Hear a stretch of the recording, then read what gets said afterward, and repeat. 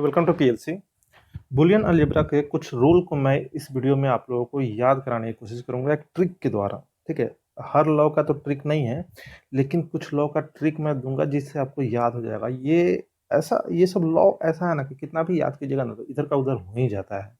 लगता है कि जब एग्जाम में याद लगेगा ये है कि वो है, इतना कंफ्यूजन हो जाता है ना एग्जाम में। तो मैं कुछ कुछ रीजन दूंगा, जो कुछ रीजन होगा वो बस आपको याद कराने के लिए ही होगा। ठीक है, तो मैं कोशिश करूंगा कि ट्रिक के द्वारा आपको याद करा दूं। 10 लॉ है यहाँ पे, इसको बुलियन थ्योरी भी बोलते हैं या बुलियन अलजेब्रा प्रॉपर्टी भी बोलते हैं, बुलियन लॉ भी बोलते हैं। बुलियन अलजेब्रा में जो भी बड़ा बड़ा इक्वेशन आपको दिया जाएगा कभी सोल्व करने के लिए, तो इन्हीं सब लॉ को लगाकर हम लोग सोल्व करते हैं। तो उतना बड़ा नहीं दिया जाएगा क्वेश्चन में, आपके या तो बुलियन लॉ के नाम आएंगे और फिर उसका ऑप्शन में आपको ढूंढना होगा कि उसका फॉर्मूला क्या है, या फॉर्मूला आ जाएंगे और ऑप्शन में ढूंढना होगा कि उसका नाम क्या है। बस इसी तरह का क्वेश्चन बनता है। तो चलिए शुरू करते हैं। थोड़ा जूम कर देता हूँ ताकि आपको दिखेगा। सबसे पहला जो है ना उसका नाम है एनलमेंट। एनलमेंट का मतलब होता है रद्द करना। ठीक है, एनलमेंट लॉ। तो देखिए रद्द करना, नाम एनलमेंट का मतलब होता है रद्द करना। तो देखिए यहाँ पर रद्द कर रहा है, ए वेरिएबल है। ठीक है, ए वेरिएबल है ये। अब यहाँ पे 0 और 1 के साथ जुड़ रहा है और गुना हो रहा है। हम ऐसे नहीं याद कराएंगे कि ए जब 0 के साथ एंड ऑपरेटर हो, एंड ऑपरेशन हो, एंड का मतलब हो गया गुना, और ऑड ऑपरेशन हो तो और का मतलब हो गया प्लस। तो और एंड ऐसा हम नहीं बोलेंगे, आप खुद समझिएगा। जहाँ प्लस है वहाँ पे और हो रहा है, जहाँ पॉइंट है मतलब गुना है वहाँ पे एंड हो रहा है। हम गुन्ना प्लस ऐसे बोलते जाएंगे ताकि आपको याद हो, आसानी से याद हो जाए। तो देखिए ऐसे अगर हम आपको याद कराएं कि ए 0 के साथ गुना हो रहा है तो 0 आ जा रहा है। ए 1 के साथ जब जोड़ हो रहा है तो 1 आ जा रहा है। तो इस फॉर्मूला को एनलमेंट लॉ बोलेंगे, तो याद ही नहीं होगा आपको। ये कितना भी इस तरह से आप याद करने की कोशिश कीजिएगा, याद नहीं होगा।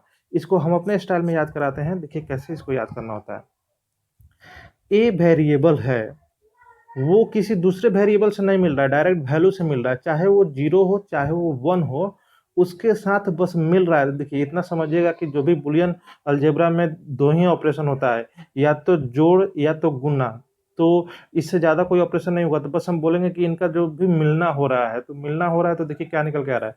जब इनका मिलना हो रहा है तो वैल्यू निकल के आ रहा है। कुछ भी मिलना हो रहा है इनका तो बस वैल्यू निकल के आ रहा है। तो इसका मतलब ए वेरिएबल गायब हो जा रहा है। एनलमेंट मतलब रद्द हो जा रहा है, ए को रद्द कर दिया जा रहा है मारूर के यहाँ पे। तो इससे आपको याद हो जाएगा। जब भी इस तरह का आपको मिलेगा इक्वेशन, और इक्वेशन जब आपको मिलेगा कहीं क्वेश्चन में, और देखिएगा कि रिजल्ट में तो वेरिएबल आ ही नहीं रहा है, तो तुरंत माइंड में आएगा अच्छा इसको मार कर रद्द कर दिया गया है, इसका मतलब एनलमेंट लॉ है। ठीक है, इसी तरह से याद कीजिएगा ट्रिक से। अब आ जाइए आगे। दूसरा आइडेंटिटी लॉ। आइडेंटिटी लॉ, अब ए वैल्यू के साथ मिल रहा है, वैल्यू के साथ मिल रहा है, चाहे वो गुना हो रहा है चाहे वो जोड़ हो रहा है, लेकिन रिजल्ट में ए ही आ रहा है। मतलब कि वेरिएबल जो है वही वेरिएबल रिजल्ट में आ जा रहा है। तो इसका मतलब वो अपना आइडेंटिटी बरकरार करके रखा हुआ है। तो इसको बोलेंगे आइडेंटिटी लॉ। मतलब यहाँ पे इसको मार के रद्द उद्द नहीं किया, यही क्या किया, वैल्यू को मार उड़ दिया और अपने आप को साबित कर दिया, मतलब रिजल्ट में खुद को ही लेके आया। तो इसका इसी को बोलते हैं आइडेंटिटी लॉ। मतलब ये अपना आइडेंटिटी बचा के रखा, इसका आइडेंटिटी जस का तस है। ये सब मैं ट्रिक दे रहा हूँ आपको याद करने के लिए। ठीक है, इसको प्रूफ भी किया जाता है कि कैसे ए आया है, हम उस पर अभी नहीं जा रहे हैं, हम अब बस आपको याद करा रहे हैं। अब यहाँ पे आ जाइए, ये इंडेम्पोटेंट लॉ है। हालांकि इसको किसी किसी बुक में आइडेंटिटी लॉ इसको भी बोलता है। इंडेम्पोटेंट लॉ को ऐसे याद कीजिएगा कि कोई वेरिएबल अपने से ही जोड़ या घटाव, जोड़ या गुना करे, मतलब अपने से ही मिले। कोई वेरिएबल जब अपने से ही मिले तो वो अपने अपने को ही रिजल्ट के तौर पे पाए, तो इसको बोलेंगे इंडेम्पोटेंट लॉ। कोई वेरिएबल अपने से ही जोड़ हो या गुना हो और रिजल्ट में वही आ जाए, तो इसको बोलेंगे इंडेम्पोटेंट लॉ।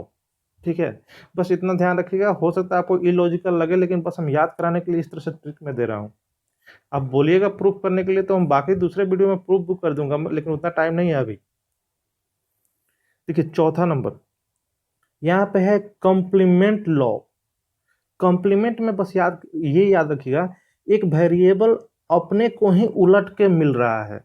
मतलब एक वेरिएबल है जो, देखिए ये वेरिएबल ए है और ए के ऊपर नेगेशन लगा हुआ है, ये इसको बार बोलते हैं। तो इसका मतलब अपने आप के रिजल्ट को उलट ले रहा है। अगर ए में 0 होगा तो 1 हो जाएगा, यहाँ पे ये 1 है, 1 हो जाएगा, और इस तरह से ही ऑपरेशन परफॉर्म कर रहा है। तो इतना याद रखिएगा कि कोई वेरिएबल है अपने को ही उलट के अपने से ही मिल रहा है। तो रिजल्ट में अगर 1 और 0 दिखे तो ये हो जाएगा कॉम्प्लीमेंट लॉ। रिजल्ट में वैल्यू निकलेगा, रिजल्ट में क्या निकलेगा, वैल्यू निकलेगा 1 और 0, तो इसको बोलेंगे कॉम्प्लीमेंट लॉ। तो इसको बस इस तरह से याद कर लीजिएगा कि कोई वेरिएबल अपने आप को उलट के ही अपने से जोड़ या गुणा कर रहा है। डबल नेगेशन है तो एकदम क्लियर है, इस पे अगर एक बार लगा रहे हैं तो इसको नेगेशन बोलते हैं, अगर 2 बार लगा रहे हैं तो डबल नेगेशन हो गया। ठीक है ना। तो ये डबल नेगेशन जब भी कीजिएगा ना तो वो अपने आप में रिजल्ट बरकरार रहता है।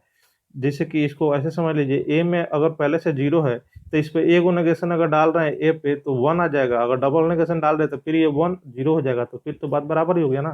तो वही बात बोल रहा है, जब भी डबल नेगेशन होगा ना तो रिजल्ट वो जो वेरिएबल में पहले से था वही रहेगा। अब देखिए यहाँ पे कोमुटेटिव लॉ, कोमुटेटिव लॉ। अब यहाँ से देखिएगा 2 वेरिएबल आएगा, जो भी यहाँ पे आ रहा है फॉर्मूला, यहाँ पे 2 वेरिएबल देखने को मिलेगा, 2 वेरिएबल। तो कोम्यूटेटिव लॉ, कोम्यूट करना का मतलब होता है ना घूमना, ठीक है। तो वो ये घूम रहा है, मतलब ये अब ए जोड़ के राइट साइड में आ गया और बी लेफ्ट साइड में आ गया। उसी तरह से यहाँ पे ए पहले है तो ए गुना के राइट साइड में चला गया और बी लेफ्ट साइड में आ गया। मतलब ये लोग एक दूसरे, मतलब इधर उधर भी घूम जा रहे हैं ऑपरेटर के, तो भी कोई फर्क नहीं पड़ रहा है। तो यही कहलाता है कम्यूटेटिव लॉ, कम्यूटेटिव लॉ। तो ये सब मैं आपको जो भी बस इस तरह से बोल रहा हूँ याद कराने के लिए। कम्यूटेटिव लॉ पहचानने का क्या तरीका है, सबसे पहले 2 वेरिएबल होंगे, प्लस या गुणा का साइन होगा, ये अगर इधर उधर भी हो जाए तो भी कोई फर्क नहीं पड़ता है, ये दोनों आपस में बराबर ही रहेंगे। इसको बोलेंगे कम्यूटेटिव लॉ।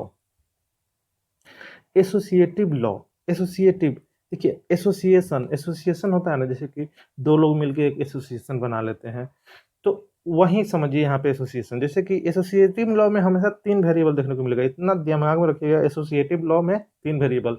अरे कम से कम 3 लोग मिलेंगे तब ना थोड़ा सा अच्छा सा एसोसिएशन बनेगा। अब देखिए ये तीन तीन दोस्त हैं, ठीक है, मतलब 3 वेरिएबल हैं। कभी ये देखिए ब्रैकेट है, तो ब्रैकेट का मतलब ये दोनों आपस में एसोसिएशन बना लिए, ए अलग है, फिर यहाँ पे ए बी आपस में एसोसिएशन बना लिए, सी को छोड़ दिए, तो भी कोई फर्क नहीं पड़ता है, दोनों बराबर है आपस में। तो समझने का बस ये तरीका है, मैं समझाने के लिए आपको इस तरह से बोल रहा हूँ कि ए प्लस बी प्लस सी इस तरह से है, तो बी और सी ब्रैकेट के अंदर है, ये आपस में एक एसोसिएशन बना लिए।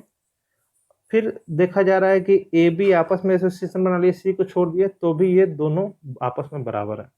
तो ये तरीका ये इस पे भी लागू होता है, मल्टीप्लाई वाले सिंबल पे भी, ठीक है। मतलब अब इससे आप समझ गए होंगे जो मैं कहना चाह रहा हूँ। चलिए आगे बढ़ते हैं, ठीक है। तो अब हम लोग आगे बढ़ते हैं। एसोसिएटिव लॉ में इतना ध्यान रखिएगा, 3 वेरिएबल के बीच, 3 वेरिएबल के बीच एसोसिएशन होगा। और एसोसिएशन, एक चीज और ध्यान रखिएगा, एसोसिएशन जब भी होगा ना तो एक ही तरह के ऑपरेटर के साथ होगा, प्लस है प्लस के साथ ही चल रहा है, इंटू है तो इंटू के साथ ही चल रहा है।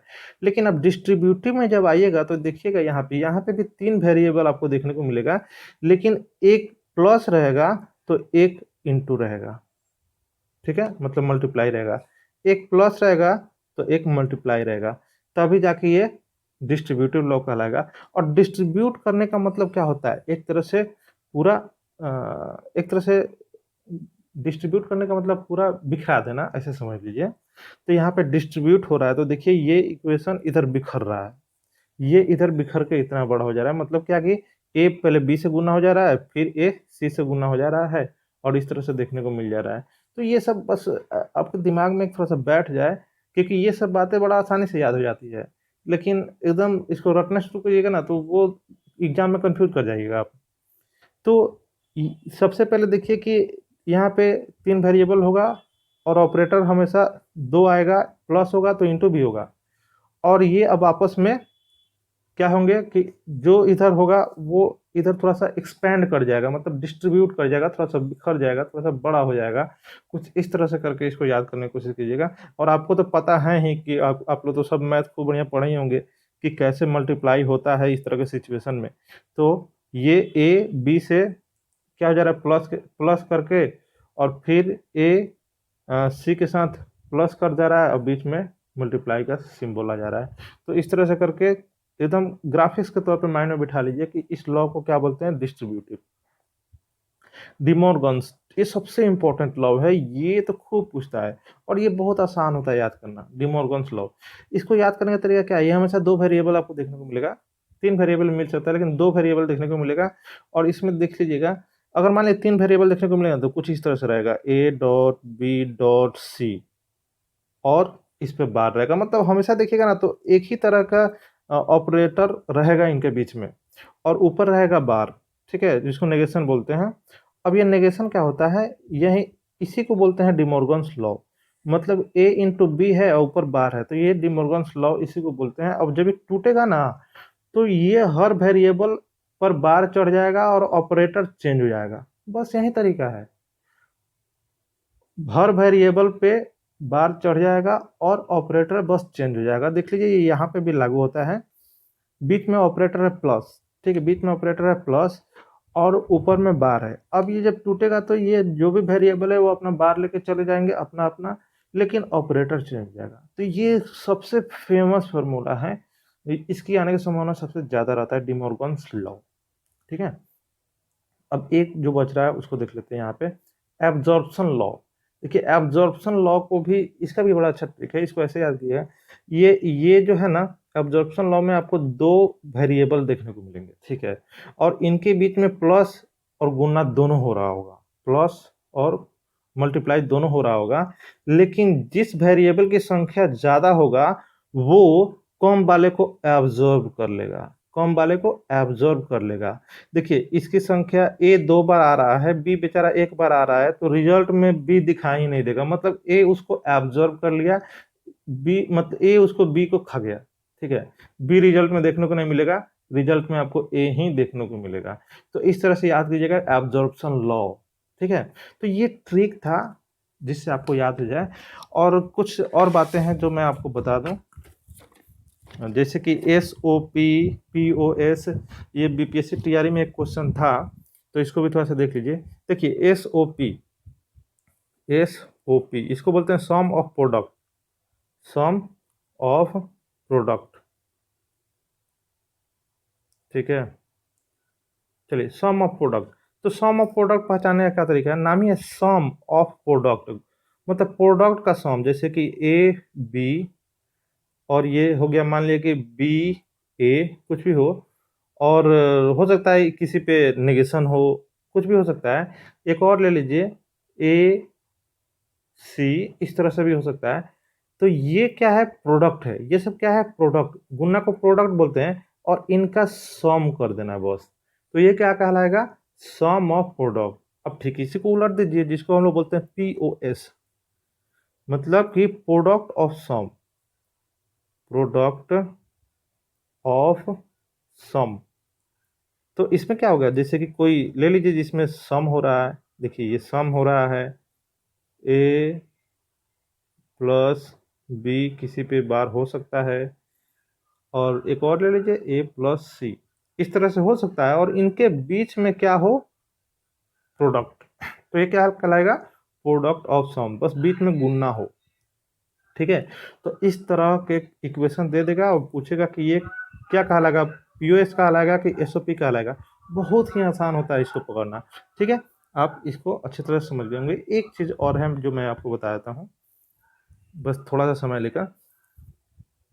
एक होता है ना कैनोनिकल फॉर्म, कैनोनिकल फॉर्म, इसको पहचानने का क्या तरीका है, जैसे कि A B C, हम यहाँ पे एक इक्वेशन लिख रहे हैं, बी सी, मान लिया कि इस पे हम नेगेशन दे दिए, कोई बात नहीं। तो एक पूछेगा ये कैनोनिकल फॉर्म है? नहीं, कैनोनिकल फॉर्म ये नहीं है। कैनोनिकल फॉर्म का मतलब होता है जितने वेरिएबल इधर है उतने भी वेरिएबल इधर होना चाहिए। मतलब जो भी ऑपरेटर है उसके लेफ्ट साइड जो वेरिएबल आपको दिख रहे हैं वही वेरिएबल राइट साइड होना चाहिए, चाहे उसमें नेगेशन रहे या न रहे। जैसे कि ये तो कैनोनिकल फॉर्म नहीं है, कैनोनिकल फॉर्म नहीं है। दूसरा हम एग्जांपल लिख देते हैं, A B C plus A B C, ये कर दीजिए। हाँ, ये कैनोनिकल फॉर्म है। तो कैनोनिकल फॉर्म कैसे पहचानने का तरीका है, जो भी ऑपरेटर है उसके लेफ्ट साइड में जो जो ऑपरेंड है, मतलब जो जो वेरिएबल है वही वेरिएबल राइट साइड में होना ही चाहिए, तब ये कैनोनिकल फॉर्म कहलाता है। चलिए इस वीडियो को यहीं खत्म करते हैं। ये बहुत ही इंपॉर्टेंट था, लास्ट टाइम देखने वाला, लास्ट मिनट के लिए ये बहुत ही ज़रूरी था। मिलते हैं नेक्स्ट वीडियो में कोई टॉपिक लेकर, तब तक के लिए थैंक यू। और एग्ज़ाम का प्रेशर एकदम नहीं लेना, एकदम लाइट माइंडेड रहिए आप लोग, ठीक है? सबका एग्जाम अच्छा जाएगा।